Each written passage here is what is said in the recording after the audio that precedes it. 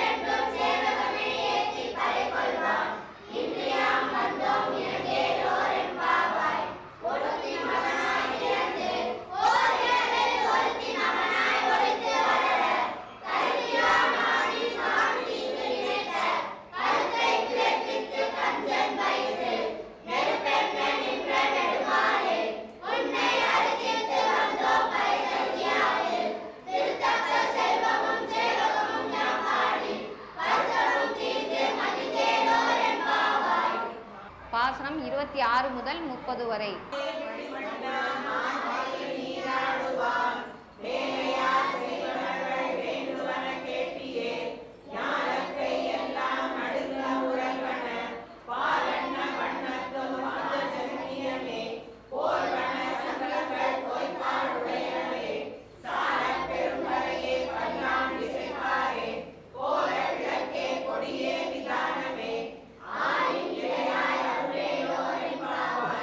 Buddha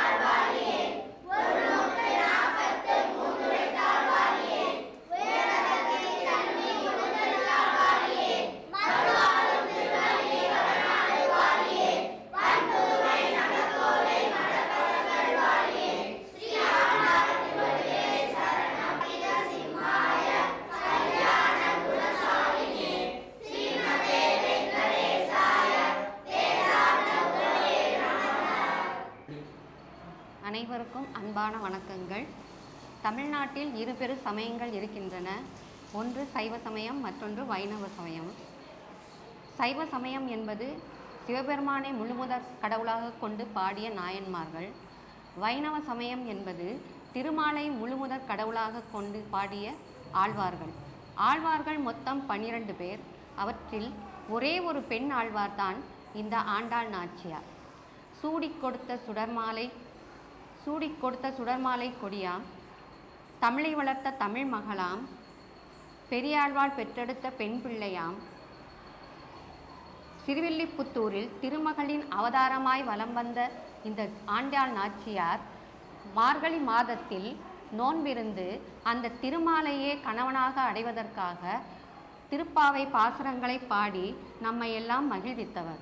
இவர் திருப்பாவை, திருவாய்மொழி, நாச்சியார் வாய்மொழி ஆகிய நூல்களை எழுதியுள்ளார். இந்த நூல்கள் பல மொழிகளில் மொழிபெயர்க்கப்பட்டுள்ளன. தமிழின் பண்பை உணர்த்தும் மதுரை மாநகரத்தில் மையத்தில் அமைந்திருக்கும் சௌராஷ்டிரா மழலையர் மற்றும் தொடக்கப்பள்ளியில் படிக்கும் 4 மற்றும் 5ஆம் வகுப்பு மாணவர்கள் ஆண்டாள் நாச்சியார் பாடிய திருப்பாவையை தங்கள் முன் சமர்ப்பிக்க வருகின்றார்கள். இந்த திருப்பாவை மார்கழி மாதத்தில் பாடுவது மிகவும் சிறப்பு. விஷ்ணு பகவான் மாதங்களில் நான் மார்கழி என்று கூறியிருக்கிறார்.